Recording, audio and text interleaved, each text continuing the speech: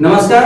News 100 Marathi आणि Chhava news network या दोनही चॅनलच्या आजच्या विशेष कार्यक्रमात आपलं स्वागत. आजचा दिवस आमच्यासाठी एक विशेष दिवस आहे, कारण गेली 3 वर्षापासून न्यूज 100 मराठी आपल्या सेवेत आहे. न्यूज 100 मराठी सोबतच सह्याद्री छावा न्यूज नेटवर्क हे नवीन चॅनल शहापूर तालुक्यातून सुरू झालेलं आहे. YouTube चॅनल आहे. या चॅनलला सबस्क्राईब करा, लाईक करा आणि शेअर करा. त्याची लिंक आमच्या डिस्क्रिप्शन मध्ये दिलेली आहे. आजचा विशेष दिवस का आहे त्याचं कारण वसुंधरा संजीवनी मंडळ ठाणे यांचे संस्थापक अध्यक्ष भागवत काका, त्यांचं नाव अनंत भागवत आहे. ज्यांच्या नावात आनंद आहे ते सगळ्यांनाच आनंद देतात. हे आम्ही देखील बघितलं, आपण देखील बघा. आज आपल्या स्टुडिओमध्ये आनंद काका आलेले आहेत. आज आपण त्यांची चर्चा करणार आहोत आणि त्यांच्या वसुंधरा संजीवनी मंडळाबद्दल, त्यांच्या कार्याबद्दल आपण जाणून घेणार आहोत. सर्वप्रथम काका, आपलं आमच्या दोघंही न्यूज चॅनल मध्ये स्वागत. नमस्कार, धन्यवाद. वसुंधरा संजीवनी मंडळ ठाणे हे नाव शहापूर तालुक्यात खूप मोठ्या प्रमाणात चर्चिलं जाते. त्याचं कारणही तसं आहे, कारण वसुंधरा संजीवनी मंडळाने केवळ शहापूर तालुक्यातच नव्हे तर मुरबाड तालुक्यात देखील पाण्यासाठी खूप विशेष काम केलेलं आहे. पाण्यासाठी त्यांनी ज्या पद्धतीने लोक सहभागातून छोटे बंधारे असतील, नदीचा गाळ काढणं असेल, ह्या पद्धतीने खूप मोठं काम या ठिकाणी करण्यात आलं. आज विषय जो आहे हा विशेषतः शहापूर तालुक्यातील तरुणांना समजावा, जनतेला समजावा की शहापूर तालुक्यात पाण्याची जी विभीषण अगदी सुरुवातीपासून सुरू आहे, खूप मोठ्या प्रमाणात या ठिकाणी पाणी टंचाई असते. त्याही पाणी टंचाईवर मात करण्यासाठी अनेक सामाजिक संस्था पुढाकार घेतात. काही संस्था प्रत्यक्ष कार्य देखील करतात. प्रत्यक्ष ग्राउंडवर कार्य करणारी एक संस्था ती म्हणजे वसुंधरा संजीवनी मंडळ ही ठाण्याची संस्था आहे. या संस्थेसंदर्भात आपण आज जाणून घेणार आहोत. आपल्या सोबत आहेत संस्थेचे संस्थापक अध्यक्ष आनंद भागवत. काका, मी सुरुवात या प्रश्नापासून करणार आहे की ही जी संस्था निर्माण झाली वसुंधरा संजीवनी मंडळ, ही का निर्माण करावी असं? मी जवळजवळ अंधविद्यालयापासून, समर्थ सेवक मंडळापासून, समर्थ भारत व्यासपीठापासून 20 संस्थांमध्ये आयुष्यात काम केले. तथापि एक वेळ अशी आली की मध्ये डोळे अर्धे गेले आणि मला काहीतरी वेगळं करावं लागेल आता आयुष्यात, असं मला वाटायला लागलं. याच काळामध्ये विद्याभारती नावाच्या संस्थेने मुरबाड शहापूर तालुक्यातल्या शिक्षकांचं प्रशिक्षण, मोटिवेशन यासाठी मला बऱ्याच ठिकाणी फिरवलं. हा माझा व्यवसाय नव्हता, तर सामाजिक देणगीच होती. हे सगळं फिरत असताना कान, मन आणि डोळे घोडे असल्यामुळे माझ्या असं लक्षात आलं की हायेस्ट रेनफॉलचे हे 2 तालुके आहेत, मुरबाड शहापूर. इथे जलसंपदा किती आहे ती महाराष्ट्रातल्या कुठच्याही जिल्ह्यात नाही एवढी जलसंपदा या 2 तालुक्यात आहे. इथे 11 नद्या, आणखीन काहीशे जलप्रवाह आहेत, शेकडो गाव तलाव आहेत. पण हे सगळं गाळाने भरलेलं आहे. नद्या मृत आहेत, तलाव मृत आहेत. आणि या 2 तालुक्यामध्ये बारवी, तानसा, वैतरणा, भातसा सगळे धरणं आहेत. इथून कोट्यावधी लिटर पाणी पिढ्यानपिढ्या मुंबई, ठाणे, नवी मुंबई सकट सगळ्यांना मिळतं, इंडस्ट्रीजना मिळतं.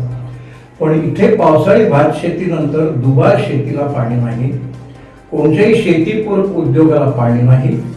डोक्यावरतून हंडे घेऊन फिरणाऱ्या हजारो माता भगिनी मी डोळ्यांनी पाहिल्या. 132 तालुक्यामध्ये टँकर फिरवायला लागतो, हे कलेक्टर डिक्लेअर्ड फिगर आहे. हे आम्ही पाहिल्यावरती माझ्या संवेदनशील मनाच्या आमच्या शरीरावरती काटा आला आणि मला असं वाटलं की उर्वरित आयुष्य कदाचित परमेश्वराने मला याच्यासाठी दिलेलं आहे आणि याच्यातून वसुंधरा संजीवनी मंडळाचं मूळ स्थापना होण्याची कल्पना आहे. मी कॉर्पोरेट ट्रेनिंगमध्ये खूप वर्ष असल्यामुळे कॉर्पोरेट दिग्गज ज्याला म्हणता येईल, जे vice president HR, chief engineer HR, corporate chief engineer, अशी अनेक चांगली माणसं माझ्या संपर्कात होती. या सगळ्यांना एकत्र करून आम्ही एक non profit making NGO register केली 16 साली आणि गेली 4 वर्ष दरवर्षी आमचं काही पटीने काम वाढत आहे. हे सांगायला मला फार आनंद आणि अभिमान वाटतोय. हे माझं एकट्याचं कर्तृत्व नाही, याचं भान मला आहे. हे सगळं टीम वर्क आहे, संघभावाने हे सगळी माणसं काम करतात. आमच्या 2 स्ट्रेंथ्स आहेत. जसं ज्याला टॉप प्रोफेशनल्स हे डायरेक्टर बोर्डावरती आहेत, तसे आमचे तरुण कार्यकर्ते जे शिक्षक शिक्षिका ज्याच्यामध्ये मोठ्या प्रमाणात आहेत, की आमचे खरा कणात्व आहे आणि त्याला ग्रासरूट ऑर्गनायझेशन म्हणतात, की तळागाळातले कार्यकर्ते उभे करणं, या 3 मुद्द्यांवरती आम्ही खूप मोठे यशस्वी झालो. आणि त्यामुळे मग आमच्याकडे पैसाही यायला लागला. सुरुवातीला पैसा आहे आमची चिंतेची बाब होती, पण आज आमच्याकडे पैशाचा ओघ सुरू होतोय असं आमच्या लक्षात आलंय. दुसरं असं की मी एकही प्रेस कॉन्फरन्स घेतली नाही, एकही मुलाखत दिली नाही, कधीही प्रेस नोट काढली नाही, पण ठाणे जिल्ह्यातल्या आणि मुंबईतल्या यच्चयावत वृत्तपत्रांनी आम्हाला आमाप प्रसिद्धी दिली. मी असं म्हटलं होतं की not by demand but by command, आपण काम असं करून दाखवू की लोक त्याची दाद घेतील. हे फक्त पत्रकारितेमध्येच घडलंय असं नाही, तर आज पालकमंत्री असतील, जिल्हाधिकारी उपजिल्हाधिकारी असतील, सीईओ असतील, डेप्युटी सीईओ असतील, शेती अधिकारी असतील, फॉरेस्टचे अधिकारी असतील, या सगळ्यांचा अभूतपूर्व सपोर्ट आम्हाला चांगला मिळतोय. आम्ही कोणताही प्रकल्प त्यांच्यासमोर मांडला की ते होकार देतात, शक्य असेल तेवढा निधी देतात. मध्यंतरी आम्हाला 8 कोटी रुपये देण्याचं सरकारने मान्य केलं. कोरोनामुळे ते पैसे आमच्याकडे येऊ शकले नाही, पण त्यांच्याकडे CSR फंड म्हणून 33 लाख रुपये आले, ते त्यांनी आमच्या खात्यात जमा केले आणि सांगितलं याच्यावरती तुम्ही काम करायला सुरुवात करा. आणि मुरबाड शहापूर तालुक्यातले अनेक गाव तलावांचा गाळ उपसा करण्याचं काम आम्ही केलं. आमचे अनेक प्रकल्प आहेत, त्या प्रत्येक प्रकल्पाचं वैशिष्ट्य असं आहे की ज्याच्यामध्ये एकच फायदा नाही, एकाच याच्यामध्ये अनेक फायदे आहेत. गाव तलावामुळे पिण्याच्या पाण्याचा प्रश्न संपतो, आजूबाजूच्या बोरवेल आणि विहिरींच्या पाण्याचं प्रमाण वाढतं, कारण ग्राउंड वॉटर टेबल वाढतं, गुरांकरता पाणी, शेती करता पाणी, या सगळ्या प्रकारच्या एकाच मूळ असल्यामुळे सगळ्या समस्यांचं उत्तर तिथे त्याला मिळतं. मग आम्ही चेकडाम्स बांधतो, गॅबियन बंधारे बांधतो, लोकसहभागातून आम्ही असंख्य वनराई बंधारे बांधले. आज पेंढरी वाघाच्या वाडीच्या भागात तुम्ही गेलात तर जो अत्यंत मागास असा कोरडा ठाण असलेला प्रदेश होता, तिथे तुम्हाला शेकडो एकर जमीन हिरवीगार 12 महिने दिसेल. तिथला शेतकरी सदन झाला. तिथला शेतकरी असं म्हणतो माझ्या घरी सायकल नव्हती, आज मोटरसायकल आहे.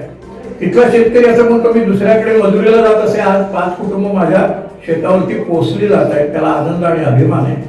आणि हे सगळं पाहिल्यानंतर आमचा उत्साह वाढत गेला, सरकारी सपोर्ट वाढत गेला, मीडियामधनं आम्हाला खूप सगळा सपोर्ट मिळाला. या सगळ्यातनं मिळालेली ताकद वापरून सर्व विषयातले तज्ज्ञ एकत्र केले आणि त्यांच्या मार्गदर्शनाखाली आपलं काम चाललंय. काही पटीने, प्रचंड गतीने हे आपलं काम वाढतंय. त्याच्यामध्ये सगळ्यांचा सहभाग आहे, समाजाचा पण सहभाग आहे. सर्व कार्यक्षू सर्वदामध्ये आमच्यावरती एक लेख आला. महाराष्ट्रातल्या जनतेने आम्हाला 17.5 लाख रुपये दिले. याच पद्धतीने समाज आमच्या पाठीशी उभा राहिला, प्रेसवाले आमच्या पाठीशी उभं राहिले, सरकार आमच्या पाठीशी उभं राहिलं.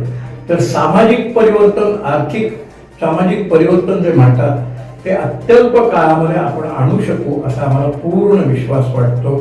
आणि या सगळ्यामध्ये या सगळ्यांचा वाटा आहे आणि असावा, असंच राहील, त्याच्याबद्दल मला काही शंका नाही. ज्या पद्धतीने आपण सांगितलं की समाज पाठीशी उभा राहिला, सरकार पाठीशी उभं राहिला, जनता पाठीशी उभं राहिली, घराचं वातावरण कसं, हे एवढं कार्य करताना जो प्रचंड वेळ समाजासाठी दिला जातो, तो घरातनं थोडासा एक वेगळं वातावरण काही निर्माण झालं. माझ्या दृष्टीने हा खूप महत्वाचा प्रश्न आहे.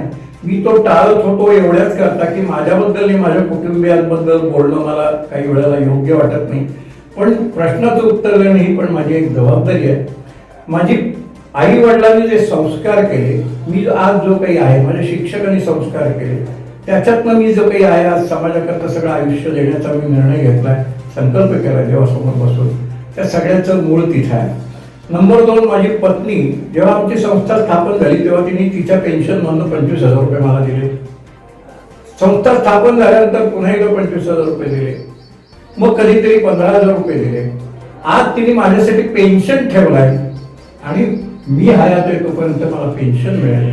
माझा मुलगा, ज्याच्याबद्दल मला अभिमान आहे, आम्ही प्रौढ फादर मिलिंद भागवत, जो टीव्हीवरती तुम्ही आपला जे वृत्त निवेदक आहेत मिलिंदजी भागवत, एक सांगायला आम्हाला देखील अभिमान वाटतो की मिलिंद भागवत यांचे पिताश्री आज आपल्यासोबत आहेत. थोडं थांबवलं तुम्हाला, काय सांगा सरांबद्दल, काय सांगा? ज्याला म्हणजे आई वडिलांना ज्या मुलांबद्दल अभिमान वाटेल असा तो मुलगा आहे. म्हणजे I am proud of my son. अत्यंत निर्व्यसनी, अत्यंत निगर्वी, जमिनीवरचे पाय कधी हल्ले नाही, रोज चेहरा टीव्हीवरती दिसून सुद्धा अत्यंत विनम्र. पहिले 2 महिने कोरोनाचे फक्त तो म्हणाला होता बाबा कुठे जाऊ नका, बाबा कुठे जाऊ नका. पण पहिला लॉकडाऊन उठला आणि तिथपासून मी फ्रीली मुरबाड शहापूर तालुक्यात करतोय. दर आठवड्यात प्रवास करतोय. माझ्या घरचा माझा मुलगा, माझी सून, माझे नातवंड ह्या कोणाचाही विरोध नाही. माझा मुलगा कधीतरी अत्यंत छान शब्दात फक्त मला सांगतो, बाबा जरा वयाचं कधीतरी भान ठेवा. आणखीन एक फार चांगली गोष्ट आहे की माझं कुटुंब एवढं लहान नाहीये हो. मला किती मुली आणि किती मुलगी आहेत याची संख्या कोणालाही सांगता येणार नाही. बेटा आणि बेटी हे शब्द माझे अत्यंत लाडके शब्द आहेत. हे शब्द वापरल्याने वाईट वाटलं, राग आला असा मुलगा आणि मुलगी मी पाहिली नाही. आज 50-60 वर्षाच्या महिला सुद्धा मला वडील मानतात. त्या वयाचे पुरुष मला वडील मानतात. त्याची पुढची पिढी मला आजोबा म्हणत असते आणि मला या सगळ्याचा खूप आनंद आहे, खूप आनंद आहे. आणि मी पत्तात माझ्या एका मानलेल्या लेकीशी बोललो. ते असंच बोललो की नातं हे जन्मभराचं असतं, कॉन्टॅक्ट काही काळाचं असू शकतं. आणि माझी नाती ही सगळ्यांशी अशी आहेत आणि यामुळे मला मनुष्यबळ तरी कमी पडलंच नाही. मला एकटं कोणी सोडतच नाही. माझ्याबरोबर कोणीतरी स्वतःची गाडी घेऊन येतो, पेट्रोलचे पण पैसे मागत नाही, बाहेर खाणं पिणं झालं तर कोणी पैसे देतो. आणि इतकं छान पद्धतीने हे सगळं चाललंय की मला असं लक्षात आलंय की आता माझं वय 86 नसून 14 कमी 100 आहे. आणि पुढची काही वर्ष तुमच्या सगळ्यांच्या बरोबर खूप काही काम करण्याची उमेद आहे. आणि मनी धरावे ते होते, विघ्न अवघेचे नासून जाते, कृपा केली रघुनाथे प्रचिती येते, अशी मी शेकडो वेळा प्रचिती गेल्या 6 वर्षात 5 वर्षात बघितलेली आहे. आणि मला असं वाटतं की हे सगळं काम, सगळा समाज, तुम्ही सगळेजण मिळून आपण 10 वर्षात जे काम होऊ शकणार नाही ते आपण 4 वर्षात करून दाखवू शकू असा विश्वास माझ्या मनात निर्माण झालेला आहे. आणि या सगळ्याचं श्रेय मी मदतपूर्वक तुम्हाला सगळ्यांना, माझ्या कुटुंबियांना देतो. माझं कुटुंब म्हणजे त्या 5 माणसांचं कुटुंब नाही, माझं काही 100 लोकांचं कुटुंब आहे. त्या सगळ्यांना हे लागू आहे, हे जरा कृपया लक्षात घ्यावं. एकंदरीत आपण बघितलंय की काम आणि नाव, काम जसं मोठं होत जातं तसं नाव देखील मोठं होत जातं. आणि केवळ नाव मोठं होऊ नये तर त्या जबाबदाऱ्या देखील वाढतात. जबाबदाऱ्या पेलणं याच्यासाठी देखील मजबूत मन लागतं. हा संपूर्ण जो प्रवास आहे, या प्रवासासंदर्भात मी एक शेवटचा प्रश्न, कारण काकाकडे वेळ खूप कमी आहे, तर मी शेवटचा एक प्रश्न अजून घेणार आहे की वसुंधरा संजीवनी मंडळ याचं भविष्य कसं असेल? तुम्हाला काय वाटतं भविष्यात अजून काय केलं गेलं पाहिजे किंवा काय राहिलं आहे करण्याचं? पाण्याचं 5 प्रकारचं व्यवस्थापन तर आम्ही करतो, कारण ते अनेक समस्यांचं मूळ आहे. याशिवाय आम्ही सेंद्रिय शेती करता लोकांना लोकशिक्षण करतो, शेतीपूरक उद्योगांकरता मार्गदर्शन करतो. या सगळ्या क्षेत्रात आम्ही काही मॉडेल्स करून दाखवलेले की जी शेतकरी येऊन पाहावी आणि आपल्याकडे त्याचं त्याच प्रकारचं ते करावं. मग त्याच्यामध्ये कुक्कुटपालन आहे, अत्यंत अत्याधुनिक असं गोड्या पाण्यातलं मत्स्यपालन आहे, त्याच्यानंतर गोपालन आहे, गोप्रधान शेतीवरती आपण वर्कशॉप्स करतो. तरुणांच्या करता आणि महिलांच्या करता आपण ग्रामीण उद्योजकता प्रशिक्षण वर्ग घेतो, ज्याला कॅपॅसिटी बिल्डिंग वगैरे अशा प्रकारचे पण वर्ग, नेतृत्व निर्माण वर्ग असे पण आमच्या कार्यकर्त्यांचे आम्ही घेत असतो. याशिवाय इतके नवीन आयाम होत चाललेत. माझ्या असं लक्षात आलं की हायर पर्सेंटेज मिळवणारी मुलं मुली SSC 12वीला मोठ्या संख्येमध्ये या 2 तालुक्यात वाढत आहेत. आणि जी आदिवासी म्हटली जाणारी, वनवासी म्हटली जाणारी मुलं मुली ही खूप दबलेली असायची, न्यूनगंड असलेली असायची, ती पुढे येऊन असं मला म्हणतात, आजोबा आम्हाला कॉम्पिटेटिव्ह एक्झामला बसायचं आहे.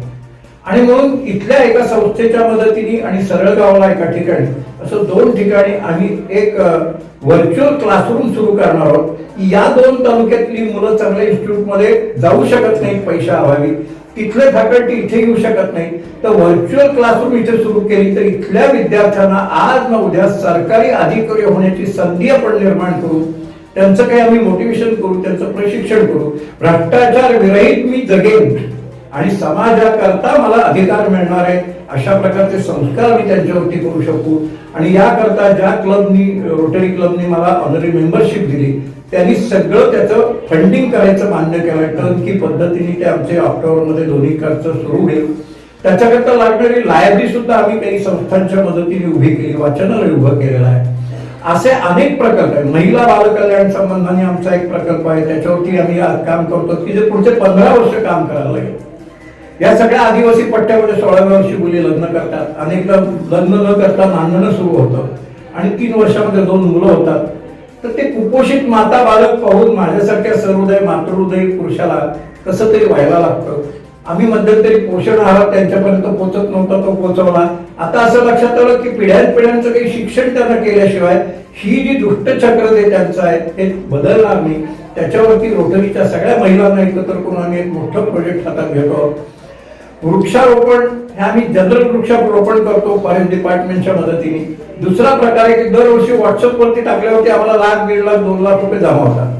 त्याच्यातनं आम्ही चांगल्या नर्सरीत जाऊन चांगली फळझाडांची कलमं खरेदी करतो आणि इथे ज्यांना ती कलमं खरेदी करण्याची क्षमताच नाही अशा छोट्या शेतकऱ्यांना ती दान करतो. म्हणजे वृक्षदान कार्यक्रम, वृक्षाचा सांभाळ त्यांनी करायचा, त्याचा उपभोग त्यांनी घ्यायचा. 96-98% त्याचा सर्व्हायवल रेट आम्हाला मिळाला.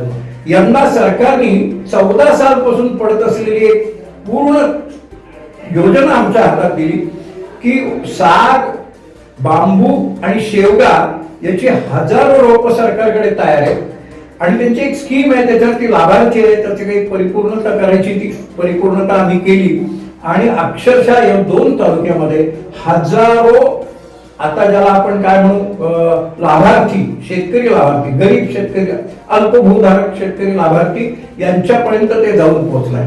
सागामुळे पुढच्या पिढीला संपन्न केलं जाईल. बांबूमुळे पुढच्या 5 वर्षानंतर त्यांचं उत्पन्न सुरू होईल. शेवग्यामुळे कदाचित 2 वर्षात त्यांचं उत्पन्न सुरू होईल, जे रिकरिंग उत्पन्न असेल. त्यांना दर आठवड्याला काही ना काहीतरी त्याच्यातनं उत्पन्न मिळेल. तर अशा प्रकारचं हे नियोजन आहे. याच्या जोडीला आणखीन अनेक सरकारी योजना पडून आहेत अशी आम्हाला माहिती मिळाली. त्या संबंधात सगळ्या सरकारी अधिकाऱ्यांशी आमचा चांगला संपर्क आहे.